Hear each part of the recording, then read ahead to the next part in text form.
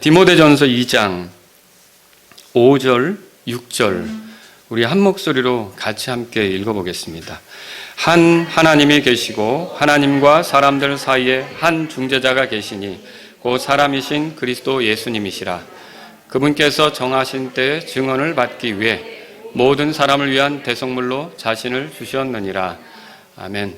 자, 오늘은 제가 죄의 빚을 해결하는 데 필요한 것들, 이러한 제목으로 말씀을 드리겠습니다. 이 설교를 듣는 분들 중에 지금까지 살아온 자기의 삶을 이렇게 비춰보면서 내가 죽으면 지옥에 떨어질 수밖에 없겠다, 지옥에 갈 수밖에 없겠다, 그렇게 생각하는 사람들이 있을 수가 있습니다. 예를 들어 아내가 아닌 다른 여자에게 다가가서 성적으로 가깝게 한 일들이 있고, 또 술 마시면서 아들들을 때리고 괴롭혀서 마음에 상처를 준 일들이 있고, 또 남들을 속이면서 좀 더 얻겠다고 간교한 꾀를 부리면서 살았던 순간들이 있을 수 있겠고, 또 다른 이들보다 더 높은 위치에 있겠다고 모함하면서 이렇게 보냈던 어떤 다른 사람을 뒤에서 헐뜯고 이렇게 했었던 일들이 있었을 거고, 아니면은 또 내가 조금 좋은 위치에 있다고 그렇지 못한 사람들을 업신여기면서 이렇게 보냈기 때문에 이런저런 복잡한 내 삶을 통해서 나는 결국 지옥에 들어갈 수밖에 없겠다, 죽으면. 그렇게 생각하는 사람들이 있을 수 있다는 거죠.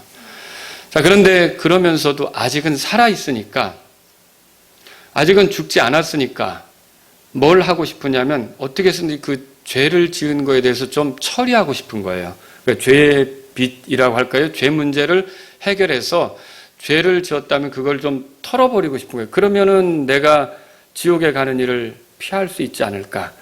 그런 생각을 하는 사람들이 있을 수 있다는 거죠. 사람이 얼마나 죄에 대해서 교만하냐면, 그리고 교활하냐면 그런 거예요. 죄가 나쁘다는 건 다 압니다. 근데 죄에 대해서 생각할 때 큰 문제가 뭐냐. 이 죄를 혐오하거나 미워하기보다는 죄로 인해 빚어진 결말들, 그게 수치스럽고 고통스럽고 이런 환경이 있잖아요. 그것을 더 크게 생각해요. 그래서 그것으로부터 벗어나려고 애를 쓴다는 거죠. 자, 그래서 사람들은요, 그 권선징악이라는 것을 알기 때문에, 권선징악이 뭐예요? 그 선에 대해서는 이렇게 장려가 되고 악한 거가 있으면 징벌이 주어지고 이런 거죠. 우리가 사는 세상에 그런 것들이 있다고 믿기 때문에 혹시 내 삶에 어떤 어려운 일들이 생기면 내가 과거에 그렇게 했던 것 때문에 이런 일을 당하는 거 아니야? 이렇게 생각하는 경우가 있다는 거죠. 그렇게 해서 내가 그때 그런 일이 있기 때문에 지금 이런 일을 당하는 거 아니야? 그래서 어떤 생각을 합니까? 이런 어려움이 앞으로는 더 생기지 않도록, 아니 나중에 죽어서 지옥에 가지 않도록 어떻게 해서든지 내가 이렇게 잘못 살아온 거를 좀 해결해야겠다. 그래서 예를 들면 이런 거죠. 내가 누군가에게 잘못한 게 있다면 그 사람을 직접 찾아가서 용서를 구해야겠다. 아니면 나 때문에 피해본 사람이 있다면 그 피해에 대해서 좀 보상을 해줘야겠다. 이런 생각들을 하는 거예요. 그리고 아니면 내가 그런 잘못을 했는데 이런 행동을 하면 그런 잘못에 대해서 이렇게 상쇄가 돼서 그것에 대해서 내가 더 이렇게 복잡한 일을, 힘든 일을 당하지 않게 되지 않을까. 그렇게 해서 뭔가를 어떤 행동을 해가지고 그 잘못을 좀 덮어보려고 애를 쓴다는 것이죠. 제가 오래전에 직장 생활할 때 친하게 지냈던 직장 동료가 있었습니다. 이제 직장 동료들하고 점심을 같이 먹는데 그때 한 그 여직원이 그렇게 얘기를 했어요. 저한테, 우리들한테 그렇게 얘기를 했죠. 뭔 얘기를 했냐면 입양을 해야겠다고. 그래서 내가 아들이 둘이나 있는 걸 아는데 왜 입양을 하려고 생각하느냐, 그렇게 물었어요. 그랬더니 그 여직원이 하는 말이 자기가 낙태를 했다는 거예요. 낙태를 해서 이제 고해성사를 하게 된 거죠. 고해성사 아시죠? 예, 천주교 가서 고해성사, 자기 죄를 털어놓은 겁니다. 그랬더니 사제가 자기에게 보석을 주는데, 보석이 뭐냐면 이게 어떤 잘못에 대해서 보상하면서 속죄하는 걸 얘기하는 거예요. 그렇게 할 때 그게 벌은 아니지만 그 죄를 털어버릴 수 있다고 생각하는 거죠. 근데 무슨 보석을 줬냐면 입양을 해라. 그러면 입양으로 그 죄를 털어버릴 수가 있다. 입양으로 그 죄를 해결할 수 있다. 이렇게 이제 얘기를 했다는 거예요. 자, 여러분 그런 말을 듣고서 이 여직원은 이제 입양할 것을 고려하고 있었던 거예요. 그러면 그 사람의 생각에 뭐예요? 자기가 지은 죄가 있는데 그거는 입양을 통해서 그게 해결될 거라고. 그 입양으로 그 죄값을 이제 지불하고 그 낙태에 대한 죄에 대한 문제는 해결받아서 하나님 앞에 어떤 처벌을 받지 않을 거라고 생각하는 게 있다는 거죠. 자, 이렇게 우리가 가만히 보면 죄하고 비슷한 게 뭐냐면 빚이에요. 빚. 죄든지 빚이든지 해결하지 않으면 내가 불편하게 될 거다. 내 뒷탈이 생길 거다. 뭔가 어려움이 생길 거다라는 걸 우리는 암암리에 알고 있다는 거죠. 근데 하나님께서 우리에게 시간도 주시고 재능도 주시고 건강도 주시고 뭐 이렇게 친밀하게 지낼 수 있는 가족에서부터 시작해서 친구라든지 좋은 사람들과의 관계도 주시는 거 아닙니까? 근데 이런 관계를 주시는 이유는 뭐예요? 자, 그런 걸 통해서 하나님의 영광을 드러내며 살아보라고 그렇게 하는 건데 사람이 어떻게 살죠? 하나님을 잊죠. 기억하지 않는단 말이에요. 그리고 하나님을 외면하죠. 심지어 무시하죠. 더 나아가서는 대적까지 합니다. 그래서 하나님에 대해서는 아예 자기 삶에 자리를 드리려고 하지 않는 일이 생기는 거죠. 그러면서 결국은 하나님을 무시하다 보니까 하나님이 싫어하는 일들을 반복적으로 하게 되는 거예요. 그게 다 죄가 되는 거예요. 그게 어떻게 보면 하나님 앞에 빚지는 것과 같은 거예요. 자, 그것들을 해결하지 않으면 빚을 갚지 않을 때 분명히 불편해지는 일이 생기잖아요. 자기의 소중한 것을 잃어버리는 일이 생기잖아요. 그것처럼 이 죄에 대해서 하나님께 지은 죄에 대해서 그거를 청산하지 않으면 해결하지 않으면 그거 용서받지 못하면 그게 반드시 뒷탈을 만드는 거예요. 궁극적으로는 어떻게 됩니까? 나를 지옥으로 보내게 되는 그런 그 원인이 되는 거죠. 죄 때문에 지옥 가는 거죠. 자, 그러면 여러분 어떻게 해야 되겠습니까? 그래서 사람들이 지금도 노력을 하는 거예요. 이 죄값을 해결하기 위해서 나름 많이 노력을 하는데 근데 이게 쉽지가 않아요. 오래전에 자기가 강제로 욕보였던 여자를 찾아가 용서를 구하려고 해도 그 여자가 이미 고인이 되었을 수 있어요. 그리고 또 누군가를 때린 적이 있어서 내가 그 사람에게 찾아가 너가 나한테 맞은 죄로 나를 때려줘라. 이렇게 하는 것도 그 말이 또 안 되는 거고요. 그리고 또 어린 딸을 학대해온 아버지가 있다면 그 아버지가 이게 너무 아니었다. 이렇게 사는 건 아니었다 싶어서 그 딸을 만나가지고 자기의 잘못을 얘기하려고 하는데 이 딸은 아버지를 만나는 것조차 싫어할 수도 있는 거예요. 그렇지 않겠습니까? 그래서 어떤 죄의 문제를 해결하는 게 쉽지가 않다는 거죠. 또 누군가에게 낸 상처라는 것이 사실은 몇 마디 말로 그게 씻은 듯이 사라진다. 여러분 그렇게 쉽다고 생각하십니까?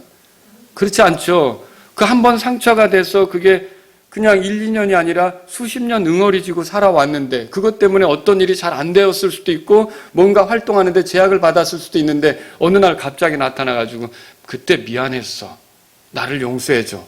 이렇게 얘기한다고 해서 그게 사실 쉽게 용서될 수 있느냐. 이 참 어려운 문제라는 거죠.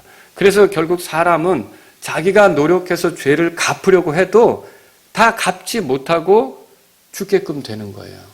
근데 문제는 사람에게 잘못한 죄들이 결국은 그게 사람에게 잘못한 것으로만 끝나는 게 아니라 하나님께서도 그걸 다루시게 되는 거예요. 하나님은 그런 식으로 살라고 우리에게 기회를 준 게 아닌데 예를 들어 보세요. 아버지가 되게 했는데 그 아버지가 술만 마시고 아이들을 때렸어요. 그 아이에게 상처가 생긴 거죠. 그래서 아버지에 대한 증오를 키우게 된 거죠. 근데 그 영향을 받아서 잘못 사는 거예요. 근데 아버지가 20, 30년이 지나서 이제 나이가 들어가니까 내가 그때 잘못 살았는데 라고 생각할 수 있단 말이죠. 근데 그런 잘못은 단지 그 아이에게만 잘못이 아니라 이거예요. 아버지로 살아보도록 했는데 그 아버지답게 살지 못한 것에 대한 그 하나님이 준 기회를 망쳤으니까 그게 하나님께 죄라는 거죠. 그런 게 많은 거예요. 그래서 결국은 우리는 하나님께 죄에 대해서 이게 해결이 안 돼가지고 지옥으로 떨어져야 되는 그런 일이 있단 말이죠. 그러면 이런 죄의 문제를 어떻게 해결할 수 있을까요? 이런 죄의 문제를 해결하는 데 필요한 게 성경에 우리가 찾아보면 오늘 제가 말씀드리려고 하는 건 크게 세 가지입니다. 세 가지. 자, 그걸 여러분에게 말씀드리고 오늘 끝내려고 하는 거죠. 첫 번째는 뭐냐면요. 중재인이에요. 중재인. 혹은 중재자라고 할 수도 있어요. 자, 우리 2장 보세요. 디모데전서 2장 5절 다 같이 읽겠습니다. 한 하나님이 계시고 하나님과 사람들 사이에 한 중재자가 계시니 그 사람이신 그리스도 예수님이시라. 여기 한 중재자 요 말에 여러분이 표현해 보세요. 사람이 죽는 이유는요. 죄 때문입니다. 죄를 짓지 않으면 죽지 않습니다. 예수님에 대해서 생각해 볼 때도 만일 우리를 위해서 죽는 거, 우리 죄 때문에 죽는 거, 이게 하나님의 뜻이잖아요. 이런 하나님의 뜻이 없었다면 예수님 만약 이 땅에 생존했을 때 지금까지도 살아 계셨을 것 같아요. 왜냐하면 예수님에겐 죄가 있어요? 없어요? 예수님에게 없으니까. 그 예수님 말고는요, 모든 사람은 다 죽습니다. 그래서 화장터가 있고, 또 무덤이 있고, 연구차가 있고, 장례식장이 있고, 그리고 상조회 같은 게 있고, 상조보험 같은 게 있고. 자, 이게 다 뭘 보여주고 있어요? 모든 사람이 죽는다는 걸 보여주고 있죠. 근데 이 모든 사람이 왜 죽습니까? 죄 때문에 죽는 거예요. 우리 누가복음 16장을 펴보시기 바랍니다. 이 죽음에 대해서 사람들이 크게 착각하는 문제가 있어서 그걸 좀 짚고 넘어가겠습니다. 누가복음 16장 그 19절부터 보면 예수님께서 하신 말씀이 기록되어 있는데 우선 이건 예수님의 말씀입니다. 그리고 예수님께서 뭘 말씀하셨냐면 죽은 뒤의 문제를 말씀하신 겁니다. 그 예로 실제로 존재했었던 거지 나사로와 그 거지 나사로와 함께 그 한 동네에 살았었던 부자의 죽음을 다루고 있습니다. 제가 읽어보겠습니다. 19절.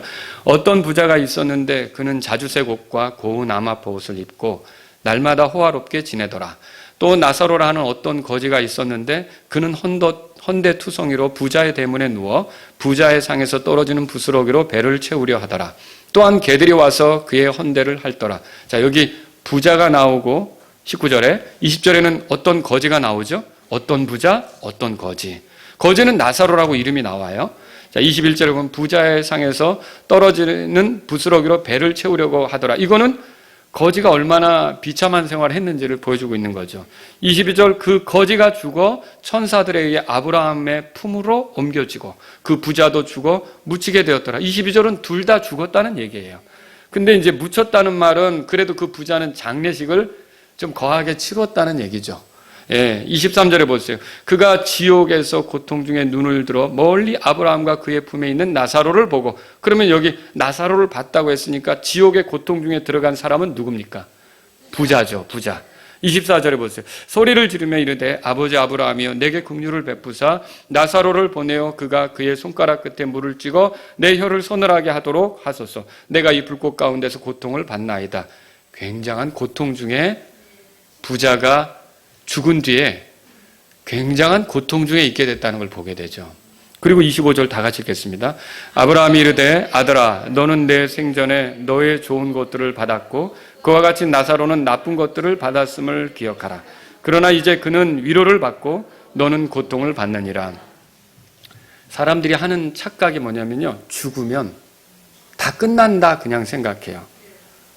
그러니까 이 고통도 끝나고 뭐 모든 게 그 괴로움도 끝나고 해서 그 혼이 사라진다, 죽으면 혼이 멸절된다 이렇게 생각하는 거죠. 여러분 그거 맞습니까? 분명히 죽었는데 몸은 무덤에 묻혔지만 부자는 어디론가 갔어요. 나사로도 어디론가 이게 인도받아서 갔단 말이에요. 그러니까 여러분과 제가 알아야 될 게 죽으면 모든 게 그냥 끝이다, 혼도 사라진다, 이거 착각이라는 거죠. 또 사람이 죽으면 다 좋은 곳으로 간다, 이것도 잘못이죠. 그래서 우리가 뭐 그냥 드라마나 이런 데 보면 누가 죽었을 때 이 땅에서 고생하셨으니까 좋은 데 가셨을 거야 라고 툭 내뱉는데 그게 얼마나 착각으로 하는 소리인지 알겠죠. 성경에 보니까 좋은 곳으로 가는 사람도 있어요. 나사로는 좋은 곳으로 갔어요. 그곳은 위로받는 곳이었어요. 고통이 없는 곳이었죠. 그러나 반대로 부자는 어디로 갔습니까? 고통받는 곳으로 갔어요. 이 부자는 지옥으로 들어갔단 말이에요. 그러니까 사람이 죽으면 둘 중에 한 곳으로 몸에서 그 혼이 빠져나가서 그 위로받는 곳으로 가든지, 너 참 이 땅에 살 때 고생 많이 했지, 여기서 쉬어, 기쁘게 쉬어, 즐겁게 보내, 이렇게 위로받는 곳으로 가든지, 그것을 우리가 하늘 혹은 낙원이라고 하죠. 아니면 이 부자처럼 어디로 갑니까? 고통받는 곳으로 가죠. 고통받는 곳은 성경에서 불꽃 가운데서 그 불이 뜨겁게 타는 곳인데요, 지옥이라고 우리가 성경에서 발견할 수가 있죠. 이게 가는 곳이 다 죽으면 좋은 데로 가지, 이거 아니란 말이에요. 어떤 사람은 죽으면 이 고통스러운 곳으로 가게 돼 있어요. 세 번째는 뭘 말씀드릴 수 있냐면, 죽으면 환생한다, 또 그런 것도. 이번 내가 다음에 다시 태어나면 그때도 당신을 사랑할 거야, 뭐 이렇게 얘기하는데, 뻥까지 마, 이렇게 할 수밖에 없는 거예요. 그런 사람들 앞에서. 쉽게 말하면, 성경의 진리로 말하면 한 번 죽는 것은 사람들에게 정해진 것이요. 무슨 말입니까? 이게 다시 태어나서 또 죽고 다시 태어나서 또 죽고 하는 게 있어요? 없어요. 우리가 이 세상에서 잘못했기 때문에 다시 태어나면 잘 살아서 이 세상에 그 잘못 살아온 업보를 갈아치우고 거기에 대한 그 잘못에 대해서 상쇄를 해서 내가 좋은 곳으로 갈 거야, 다시 한번 기회를 가질 거야, 그런 생각을 하는 거예요. 그 게임을 하다가 잘못하면 다시 한번 기회를 주세요. 그러면 다시 한번 기회 줄게요. 그런데 여러분, 삶이라는 건 다시 한 번의 기회가 없어요. 여기서 구원받아서 하늘나라로 못 가면 그냥 죽으면 다시는 기회가 없어요. 그러니까 이 부자가 그 지옥에서 난리를 친 거예요. 너무 고통스러워한 거예요. 괴로운 거예요. 만약에 여기서 한 100년만 지나면 다시 빠져나가지라고 한다면 부자가 이렇게 이를 악물고 참았겠죠. 근데 그럴 수 없는 거예요. 너무 고통스러운 거예요. 그래서 자기 가족들은 제발 여기 안 왔으면. 그래서 그 뒤에 읽어보면 그런 내용이 나오잖아요. 자, 그런데 이렇게 죽음이라고 하는 거는요, 죄인들, 죄를 해결받지 못한 사람들을 비참한 환경으로 떨어뜨리는 거예요. 그래서 죄를 해결받기 위해서는 반드시 필요한 게 있는데, 첫 번째가 뭐라 그랬어요? 중재자가 필요하다 그랬어요. 중재인이 필요합니다. 죄가 하나님 앞에 빚 같다는 말은요, 여러분 그렇다고 오해는 하지 마세요. 하나님이 그럼 빚을 꿔주는 건가? 죄를 꿔주는 건가? 그 얘기가 아니라, 이게 빚을 갚지 못하면 뒤탈이 있잖아요. 어려움이 있잖아요. 그러니까 고통받잖아요. 내 것을 빼앗기기도 하잖아요. 얼마나 자유롭지 못한 생활을 합니까? 똑같이 이 죄를 용서받지 못하면 그런 식으로 내 모든 걸 다 잃어버리는 거예요. 내 혼을 잃어버리고 자유롭지 못하고 고통스럽고 이렇게 된다는 말을 하려고 죄가 빚과 같다, 이런 말씀을 드리는 거예요. 그러니까 빚을 반드시 갚아야 되죠. 누구한테 돈 꾼 거 갚아야 되잖아요. 죄 지은 것도 반드시 해결해야 돼요. 그러기 위해서 필요한 게 뭐냐면 중재자다. 자, 중재자는 뭡니까? 중재자는요, 중간에서 해결책을 내놓을 수 있는 사람을 중재자라고 하는 거예요. 그러니까 법원은 쌍방 간의 갈등이 생겼을 때 해결책을 내놓으려고 노력을 하죠. 그리고 상호, 신용, 그 정보회사, 이런 데서는 어떻게 합니까? 채무자와 채권자가 원만히 해결할 수 있는 방법들을 제시하죠. 오늘 성경에 나오는 중재자는 어떤 역할을 합니까? 하나님과, 거룩한 하나님과 이 하나님이 삶의 기회를 주셨잖아요. 이 죄인이 상호 잘 화합해서 죄의 문제를 원만히 해결할 수 있는 해결책을 제시하실 수 있는 분이 중재자란 말이에요. 자, 그런데 이런 중재자는 오랫동안 성도들, 구약의 성도들도 기다려왔었던 거예요. 욥기 보세요, 욥기 9장을 찾아보세요. 여러분은 중재자를 만났습니까? 하나님과 나 사이에 죄 문제를 해결해 줄 중재자를 만나셨냐고요. 예, 이거 만났으면 다행입니다. 근데 이게 만나지 못했으면 오늘 제가 그분이 누군지 소개해 드리려고 하는 거예요. 알려드리려고 하는 거죠. 자, 욥기 9장에 보면 욥이 자신의 상황에 대해서 말하는데 30절 보세요. 그분은 나처럼 사람이 아니시므로. 그분은 누구예요? 하나님이죠. 사람이 아니라고 그랬으니까 하나님이죠. 내가 그분께 대답할 수도 없으며 우리가 함께 재판받으러 갈 수도 없고, 하나님하고 나하고 뭔가를 이렇게 흥정할 만한, 거래할 만한, 뭔가 이렇게 나눌 만한 그런 위치에 내가 있지 않다는 거예요. 하나님하고 나는 너무 달라서. 그런데 33절에 이렇게 써있죠. 다 같이 읽겠습니다. 우리 사이에는 우리 둘 위에 손을 얹을 중재인도 없도다. 그러니까 욥이 하나님과 나 사이에 중재해 줄 수 있는 사람이 없다라고 얘기했어요. 중재인이 있다면 좋겠는데. 왜냐하면 내가 죄 때문에 심판받아야 되는데 이 죄 문제를 해결해 줄 중재인이 있다면 좋겠는데, 중재인이 부동산 중개소 아시죠? 요 집 파는 사람, 집 사는 사람 있잖아요. 중간에서 서로 좋게 해주는 거잖아요. 그런 것처럼 하나님이 심판자고 나는 죄인이에요. 근데 하나님도 만족하게 해주고 나도 좋게 만들어주는 게 이 중개인이에요. 그럼 누가 중개인이냐는 거죠. 욥은 지금 이 중재인이 없다 이렇게 탄식을 했는데 신약 성경에 와서 그 중재인이 소개되고 있어요. 디모데전서 2장 5절에 여러분이 아까 5절에 읽으셨잖아요. 한 하나님이 계시고 하나님과 사람들 사이에 한 중재자가 계시니 곧 누구라고요? 사람이신 그리스도 예수님이시라. 자, 하나님과 나를, 하나님이 죄 때문에 나를 지옥에 보낼 수밖에 없는데 나를 지옥에 보내지 않게 하고 하나님이 나에 대해서 만족하게 만들어줄 수 있는 중재인이 있어요. 그분이 누구라고 성경에 써 있어요? 예수님이라고 써 있는 거예요. 예수님. 이 예수님이 중재인이 되는 거예요. 여러분, 이거는요, 두 중재자가 아니에요. 5절에 뭐라고 써 있습니까? 한 중재자라고 써 있어요. 그러니까 오직 그분만이 하나님 앞에서 내 죄를 해결할 수 있는 해결책을 가지고 있다는 거죠. 근데 그분이 누구냐? 마리아가 아니에요. 마리아가 그 일을 해주는 게 아니에요. 교황이 그 일을 하는 것도 아니에요. 저도 그 일을 못해요. 누구만 그 일을 합니까? 성경에 사람이신 그리스도 예수님이시라. 그러니까 이 내 죄 문제를 해결해 주실 수 있는 유일한 분은 예수님이세요. 이 땅에 눈을 씻고 찾아봐도 없는 거예요. 십자가에 내 죄 때문에 못 박히셨던 예수님, 나를 구원하려고 이 땅에 찾아오신 예수님만 내 죄 문제에 대한 해결책을 가지시고 있는 거예요. 그래서 예수님이 중재자이십니다. 두 번째는 뭐가 필요할까요? 구속자가 필요하죠. 구속자. 구속자라는 건 뭐냐면요, 내 채무에 대해, 구속이란 말을 하니까 보통 성경 읽을 때 결박시키는 거 아니야? 경찰들이 구속한다 그러잖아. 이렇게 생각하는데 그게 아니라 어떤 그 속박된 상황에서 건져내서 자유롭게 한다는 걸 구속이라고 하는 거예요. 성경에서 구속이라고 말할 때, 그러면 여기 보면 누가 나를 이런 속박된 상황에서 건져 자유롭게 하느냐? 그건 곧 누가 구속자냐는 질문이에요. 무슨 말인지 알겠죠? 그럼 나는 어떤 속박 속에 있어요? 죄 문제에 갇혀 있잖아요. 이 죄의 빚을 해결하지 않으면 나는 심판을 당할 거잖아요. 그리고 나는 지옥으로 떨어질 거 아니에요. 그리고 영원히 하나님과 단절된 상태로 보내야 될 거 아닙니까? 이게 사탄이 지배하는 속에서 그렇게 살다가 끝나야 되는, 이게 얼마나 갇혀있는 안 좋은 상태입니까? 근데 여기서 누군가 나를 끄집어 내주셔야 돼요. 누군가 나를 이 죄의 빚 가운데서 건져내셔야 돼요. 그 사람이 누구냐면 구속자다, 이렇게 말할 수 있는 거죠. 근데 자, 욥기 아까 찾으셨으니까 19장에 가보세요. 근데 욥은 이렇게 아까 욥기에서 말했지만 욥은 그렇게 끝나지 않고요. 그러면 욥은 구속자가 없어서 절망적이었나? 이렇게 생각할 수 있는데 욥기 9장 아까 읽었잖아요. 이제 이번에는 우리가 19장으로 가보세요. 욥기 19장.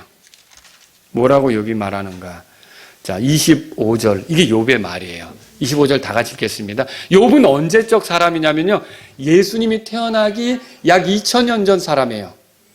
근데 그때 욥이 하나님하고 나하고 사이에 이 죄 문제를 해결할 자가 없다라고 탄식했잖아요. 근데 거기서 끝나지 않고요, 19장 25절 다 같이 읽겠습니다. 시작. 내가 알거니와 내 구속자께서 살아계시고 또 마지막 날에 그분께서 땅 위에 서시리라. 욥은 자기를 위한 구속자가 있다는 걸 믿었나요? 믿었어요. 내가 비록 이렇게 죄가 많고 그렇지만 분명히 내 구속자는 계시고 그분이 언젠가는 마지막 때 이 땅으로 찾아오셔서 이 땅에 서실 거다. 그러면 그분이 왜 오는 거예요? 구속하러 오는 게 구속자죠? 그러면 구속하러 온다는 말이 뭐예요? 내가 죄 때문에 지옥에 가야 되지만 나를 거기서 끄집어내 주려고 온다는 거죠. 그러면 그 구속자는 누굽니까? 예수님이에요, 예수님. 그러니까 예수님은 중재자가 되시고 이 구속자가 되시는 거예요. 나를 그 죄 문제에서 끄집어내실 수 있는 분이 되신다는 거죠. 그래서 어떤 일을 하십니까? 제가 성경 읽어드릴게요. 디도서에 보면요, 이렇게 써 있어요. 2장 13절 14절인데 저 복된 소망과 위대하신 하나님 곧 우리의 구원자 예수 그리스도의 영광스러운 나타나심을 기다리게 하셨느니라. 그분께서 우리를 위하여 자신을 주심은, 예수님이 십자가에서 자기 목숨을 내주셨잖아요. 우리를 위해 자기 자신을 주신 거예요. 그러면 모든 불법으로부터 친히 우리를 구속하시고 정결하게 하사 선한 행위에 열심을 내는 백성, 곧 자신을 위한 특별한 백성이 되게 하려 하심이라, 이렇게 써 있어요. 그러니까 예수님이 나를 모든 불법에서 건지는 거예요. 나를 모든 죄에서 건지는 거예요. 그러면 결국 내가 죄 때문에 지옥에 들어갈 필요는 없게 되잖아요. 이게 쉽게 말하면 이거죠. 내가 빚이 많은데 늘 누군가 나를 독촉하고 다녀요. 빨리 갚어. 안 갚으면 그거 내가 다 없애버릴 거야. 그거 다 내가 가질 거야 하면서 안 갚으면 이렇게 막 압박을 주니까 내가 너무 힘든 거예요. 근데 나는 갚을 능력이 없는 거예요. 근데 이 문제를 해결하기 위해 한 중재자가 나타났어요. 그 중재자가 이쪽 사정도 들어보고 내 사정도 들어봤어요. 그러더니 그 중재자가 뭐 하냐면 내가 그 빚을 갚아줄게 라고 나한테 얘기를 하는 거예요. 그러면 그 사람이 구속자가 되는 거예요. 나를 그 빚에서 건져서 자유롭게 해주니까 구속자가 되는 거죠. 그러니까 예수님이 이 땅에 오신 것은 바로 나를 그렇게 죄에서 건져 자유롭게 해주시려고 오셨다는 거죠. 그래서 여러분이 갈라디아서 3장 13절도 읽어보면 바울이 이렇게 말했어요. 그리스도께서 우리를 위하여 저주가 되사 율법의 저주에서 우리를 구속하셨으니 기록된 바 나무에 달린 모든 자는 저주받았느니라 하였느니라. 그러니까 예수님은 우리의 저주에서, 모든 불법에서, 지옥에서 우리를 건져주시려고 오신 우리의 구속자라는 거죠. 그래서 여러분이 예수님을 믿을 때 하나님과 나 사이의 죄 문제를 해결해 줄 해결책을 가지신 중재자가 예수님이구나. 또 두 번째로 예수님을 믿을 때 예수님께서는 하나님 앞에 내가 죄 때문에 자유롭지 못한데 심판받을 수밖에 없는데 지옥에 떨어질 수밖에 없는데 나를 그 속에서 건져주실 수 있는 구속자가 예수님이구나, 이렇게 믿으셔야 된다는 거죠. 그래야 죄 문제를 해결받을 수가 있는 거예요. 그러면 여러분, 세 번째는 뭐냐? 세 번째는 대속물이 필요한 거예요. 죄를 해결받으려면. 자, 빚을 해결하려면 채무자가 있고 채권자가 있어요. 근데 빚을 해결하려면 채권자가 원하는 것을 줘야죠. 그죠? 그래야 그 채권자가 만족하는 거 아닙니까? 자, 이렇게 내가 그 채권자가 원하는 것을 주는 거 있죠? 이 주는 거를 우리가 대속물이라고 하는 거예요. 그걸 받으면 알았어, 이제 너는 자유로워. 내가 너 빚 때문에 쫓아다니지 않아. 이렇게 말하는 게 그 대속물이란 말이에요. 대속물. 그거를 주면 이제 빚 때문에 나를 더 이상 쫓아다니지 않게 되는 거죠. 근데 보세요. 아무리 구속자가 있어서 내가 당신 끄집어내줄게, 내가 당신 건져줄게 했어도 대속물이 준비되어 있지 않다면 말뿐으로 끝나잖아요. 그죠? 근데 예수님은 말만 하신 게 아니라 우리의 구속자가 되시고 자기 자신을 대속물로서 죄값으로, 내가 지은 죄값으로 자기 자신을 내놓는 거예요. 그러니까 죄 때문에 내가 고통을 당해야 되는데 예수님이 대신 고통을 당하는 거고, 죄 때문에 내가 죽어야 되는데 예수님이 대신 십자가에서 죽는 거고, 죄 때문에 내가 비난을 들어야 되는데 예수님이 대신 비난을 받는 거고, 죄 때문에 내가 하나님하고 떨어져야 되는데 예수님이 대신 하나님으로부터 분리되는 경험을 하는 거고, 죄 때문에 내가 지옥에 들어가서 갈증을 느껴야 되는데 예수님이 대신 십자가상에서 목마름을 느껴야 되는 거고, 이렇게 예수님이 대신 나를 대신해서 죄값을 지불하는 게 되는 거라는 거죠. 시편 49편에 보세요. 시편 49편. 그래서 예수님은 중재자가 되십니다. 그리고 구속자가 되십니다. 그리고 세 번째로 뭐가 되신다고요? 대속물이 되십니다. 자, 49편 보세요. 시편 49편 거기 7절에 보시면 어떤 방법으로든 자기 형제를 구속하거나, 구속이 나오죠? 구속이 뭐라 그랬어요? 자기 형제가 어려운 형편에 있는데 예를 들어 빚을 졌나 보죠? 그럼 그 빚에서 벗어나도록 도와줘야 되잖아요. 그게 이제 도와주는 게 구속이에요, 구속. 건져내는 거예요. 그 속박에서부터 빠져나오게 하는 거죠. 그래서 어떤 방법으로든 자기 형제를 구속하거나 그를 위해 하나님께 대속물을 바쳐서 대속물이 나오죠. 이렇게 하는 것은 정말 좋은 일이죠. 그러니까 우리를 위해 구속을 해주고 우리를 위해 대속물이 되어주는 일은 좋은 일인데 8절에 보세요. 그들의 혼을 구속하는 일은 귀중하며 귀중하다고 그랬죠. 근데 그것은 영원토록 멈추어 있도다 그랬어요. 자, 우리가 죄 때문에 지옥에 갈 수밖에 없는데 누군가 우리를 거기서 구속하는 거, 건져주는 거, 그리고 우리를 위해 대속물이 되는 것은 귀중한 일인데 그게 멈춰져 있대요. 왜 이렇게 말했을까요? 그거는 멈춰져 있대요. 왜 이렇게 말했을까요? 우리를 위해 구속자가 될 사람, 우리를 위해 대속물이 될 사람을 이 땅에서는 찾을 수가 없는 거예요. 아무도 그 일을 못 해주는 거예요. 왜 못 해주죠? 모든 사람이 똑같이 다 죄인이에요. 죄인이 어떻게 죄인을 구속하겠어요? 죄인이 어떻게 죄인을 대신해서 값을 지불하고 건져내겠냐는 거죠. 이건 뭐예요? 내가 2억 원이 있는데 내 형제가 2억 원이 있다고 내가 빚 갚아줄게. 가능합니까? 아이고 형님 빚이나 갚으시오. 이렇게 하죠. 그러니까 죄인은 죄의 빚을 못 갚아주는 거예요. 그런데 죄가 없다면 가능하지 않겠어요? 이렇게 멈춰진 일을 뒤바꿔 놓는 분이 바로 예수님이세요. 왜 그러냐? 히브리서 우리 찾아보세요. 히브리서 7장. 히브리서 7장. 자, 히브리서 7장은 보세요. 그래서 여러분들이 지옥 가지 않으려면 이 중재자, 구속자, 대속물이신 예수님을 믿어야 되는 거예요. 아, 이분이 나를 죄에서 건지는구나. 자, 히브리서 7장 26절에 보세요. 이러한 대제사장께서는 그랬어요. 여기 대제사장은 예수님을 말하는데 우리에게 합당한 분이셨으니 곧 그분은 거룩하고 해가 없으시고 더러움이 없으시고 죄인들로부터 분리되시고 하늘들보다 더 높이 되셨느니라. 그럼 예수님에게 죄가 있다는 말이에요? 없다는 말이에요? 없다는 말이죠.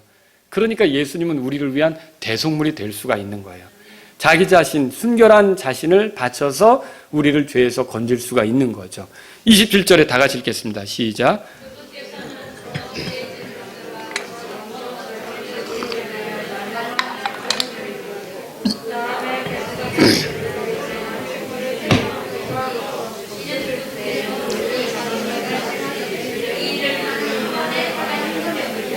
여러분 지금 읽은 구절을 보면 그분께서는 저 대제사장들은 복수로 돼 있어요.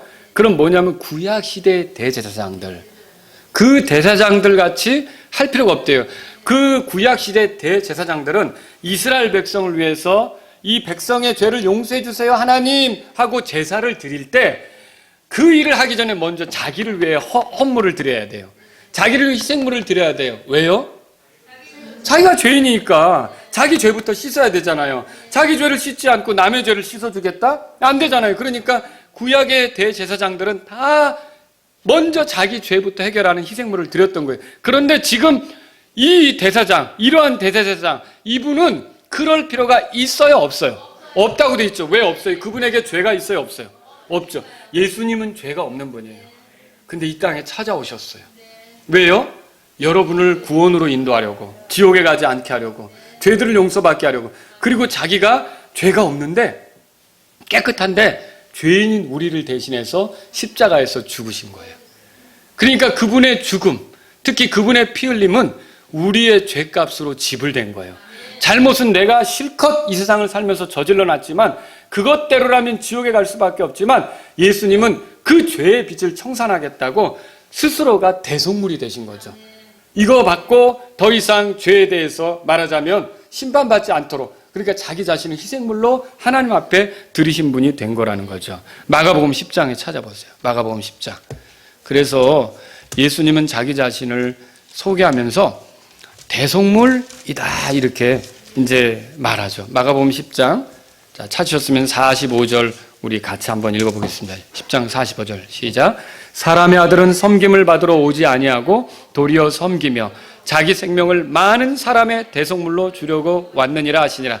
자, 우리가 빚을 졌으면 그걸 갚는 돈이 있어야 되잖아요.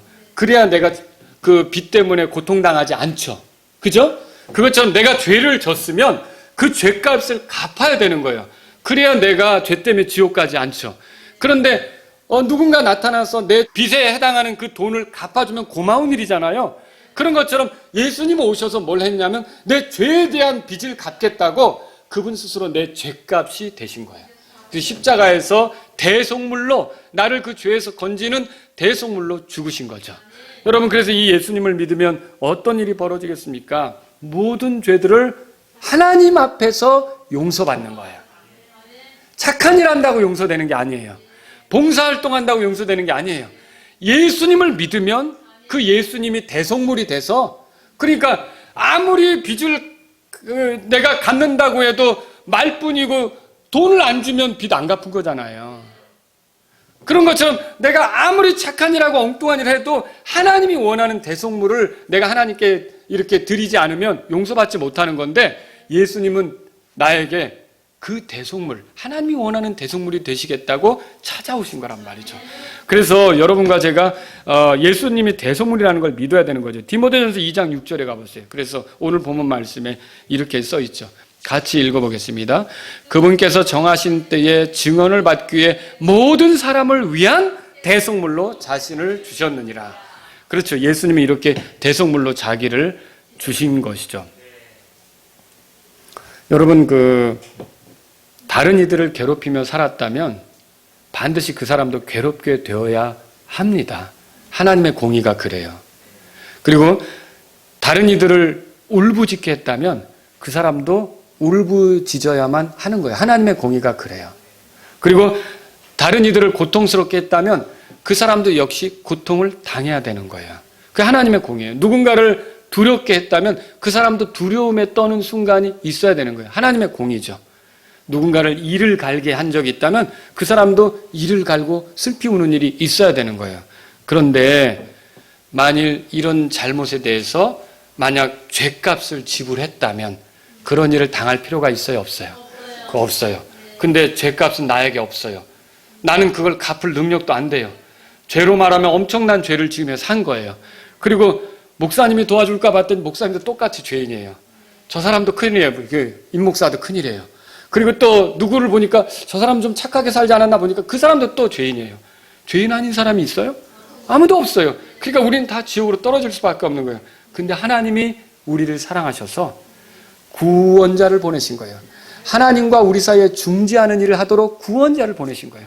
그리고 하나님과 우리 사이에서 우리를 건져내도록, 그 죄에서 건져내도록 구속자가 되도록 한 분을 보내신 거예요.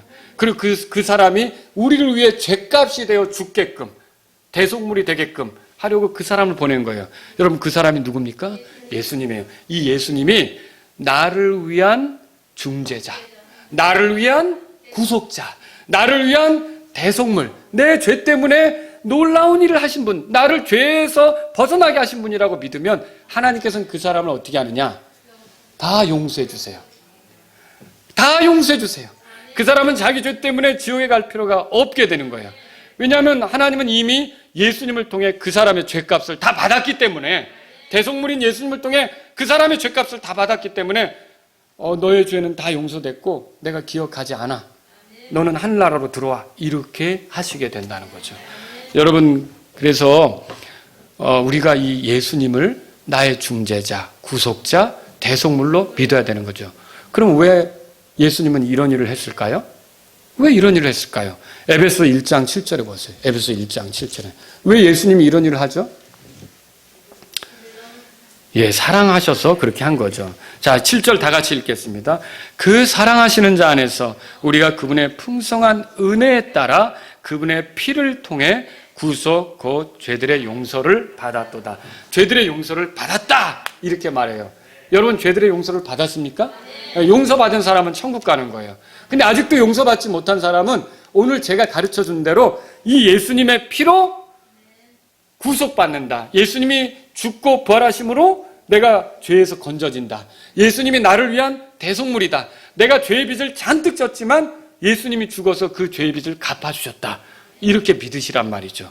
그럼 그 사람은요, 하나님의 이 풍성한 은혜에 따라 죄들을 용서받고 하늘나라 가게 되는 거예요. 제가 이제 몇 가지로 말씀드리고 끝낼게요. 한 세 가지, 뭐 이렇게 네 가지 말씀드리는데, 첫 번째는 죄의 빚을 해결해 보겠다고 스스로 그 죄 빚을 갚으려는 노력을 멈추라는 거죠. 죄의 빚을 해결하는데 약간의 눈물과 잘못했다는 몇 마디, 그리고 또 그걸 갚겠다고 하는 행동이 효력이 있는 것처럼 생각하는데 어마어마한 착각입니다. 그건 구속자, 중재자, 구속자, 대속물을 준비하신 하나님께 대한 모독이고요. 그리고 우리의 중재자, 구속자, 대속물이 되신 예수님께 대한 모독도 돼요. 그 예수님이 죽어야만 해결되는 문제를 그냥 내가 몇 마디 말했다고 용서될 거라고 생각하는 게 얼마나 그분께 모독입니까? 이런 모습은요, 마치 빈털터리가 그 하나님과 거래하려고 수작 부리는 것 같아요. 그리고 동전 몇 푼 주면서 수억 원의 빚을 갚겠다고 떠드는 꼴과 같은 거라는 거죠. 우리는 죄의 빚을 스스로 갚을 수가 없어요. 그러니까 그게 포기하셔야 돼요. 그러면 포기하면 절망적인데 대신 해답은 있다는 거죠. 예수님이 해결책이 되시고 예수님이 구속자가 되시고 예수님이 대속물이 되신다는 거죠. 또 여러분 두 번째로 들으신 말씀은 죄의 빚을 해결하려면 예수님을 그래서 나를 위한 중재자, 내 죄 때문에 찾아오신 나를 위한 구속자, 또 내 죄의 빚을 갚아주는 내 대속물, 이렇게 믿으시란 말이죠. 그러면 어떻게 됩니까? 결국 모든 죄들을 용서받게 돼요. 여러분, 제가 성경에서 발견한 거 보니까요, 결국 모든 사람은 다 예수님에게 주라고 고백하게 돼 있어요. 저 밖에 있는 사람도요, 예수님을 안 믿는 사람도요. 들어보세요. 빌립보서 2장 10절 11절인데 하늘에 있는 것들과 땅에 있는 것들과 땅 아래에 있는 것들의 모든 무릎이 예수라는 이름에 굴복하게 하시고 또 모든 혀가 예수 그리스도는 주시라고 시인하여 하나님 아버지께 영광을 돌리게 하셨느니라. 예수님을 향해 다 주라고 고백하게끔 돼 있어요. 근데 문제는 이거예요. 지금 나의 중재자요, 구속자요, 대속물이신 예수님께 지금 주라고 고백하느냐, 아니면 나중에 심판받기 위해 끌려 나와가지고 거기 엎드려서 주라고 고백하느냐, 그 두 차이예요. 그러니까 지금 예수님을 향해 나의 주라고 고백하면 그 예수님이 그의 대속물이 되시기 때문에 그는 모든 죄들을 용서받습니다. 그러나 지금 그렇게 하지 않으면 나중에 자기가 해결받지 못한 죄를 가지고 나와서 예수님 앞에 엎드려서 주여라고 하면서 심판받아야 되는 거죠. 그럼 여러분 어떤 게 낫겠어요? 이렇게 나의 중재자, 나의 구속자, 나의 대속물이신 예수님께 나의 주인이라고 지금 고백하시는 게 지혜로운 거라는 거죠. 그러니까 이거 나중에 하려고 미루면 안 돼요. 아, 나의 죄 때문에 십자가에서 죽으시고 부활하신 나의 대속물이신 예수님이 나의 주인입니다. 나의 주님입니다. 그 사람이 구원받는 거예요. 그 사람이 모든 죄를 용서받는 거라는 거죠. 자, 세 번째로 죄의 빚을 해결하는데 시간 끌 필요가 없어요. 내가 좀 교회 좀 다녀보고 믿지 뭐 이거 할 필요 없어요. 오늘 믿으면 오늘 이 말씀을 듣고 그래, 나는 죄 때문에 지옥 가야 되는데 예수님이 나를 위해서 이 땅에 오신 거예요. 나를 사랑하셔서. 그래서 나의 죄 문제를 해결하는 해결책을 가지는 중재자가 되신 거야. 그리고 나의 죄 때문에 이제 내가 지옥에 가야 되는데 거기서 나를 끄집어내 주시는 구속자가 되시는 거야.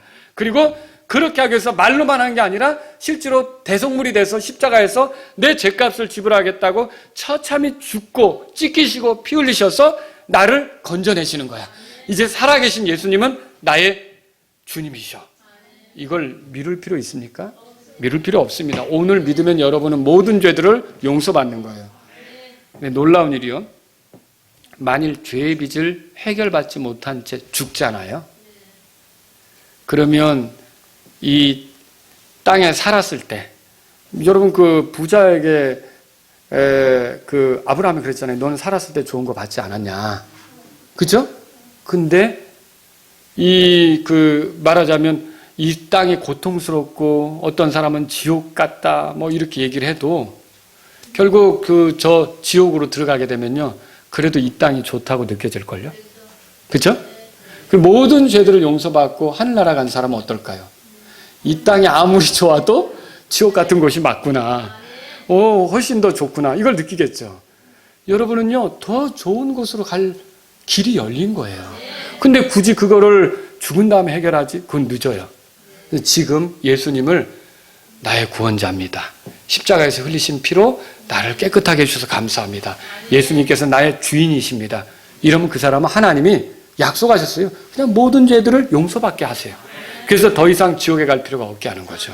마지막으로 하나 더 말씀드리면, 죄의 빚을 해결받았다면요. 여러분 해결받으신 분들이 있죠? 나는 예수님 피로 죄 용서 받았습니다. 믿으십니까? 그러면 그 빚에서, 죄의 빚에서 결국은 지옥으로 떨어질 수밖에 없는데, 거기서 건지려고 값이 지불됐는데 누가 그 값이 됐어요? 예수님이 값이 되셨죠? 그러면 내가 지금 얻은 이 자유로운 삶, 내가 하나님의 아들로 사는 삶, 내가 이렇게 주님의 영광을 위해 살아가게 된 삶은 누가 값이 된 거예요? 예수님이 값이 된 거죠.